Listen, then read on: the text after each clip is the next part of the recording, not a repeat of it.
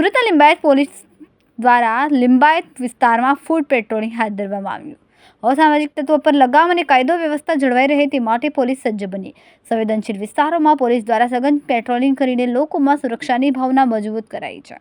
Limbayat police સ્ટેશનથી મીઠી ખાડી વિસ્તાર સુધી પોલીસ અધિકારીઓ અને કર્મચારીઓનું ફ્લેગ માર્ચ સમાન પેટ્રોલિંગ કરાયું।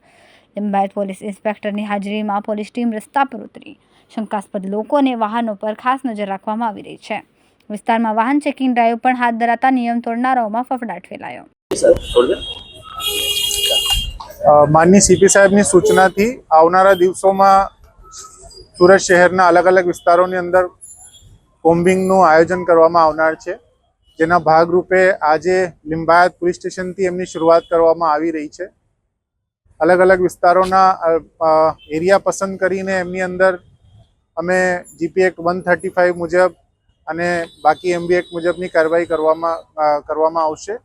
એમાં અમારા અલગ અલગ વિસ્તારોના પોલીસ સ્ટેશનના કર્મચારીઓ અધિકારીઓ જોડાયા છે અને એમનું જે પર્પઝ છે એમાં અસામાજિક તત્વોના વિરુદ્ધમાં જે કડકાઈથી કાર્યવાહી થાય એ પ્રમાણેની અમારી જોગવાઈ રહેશે।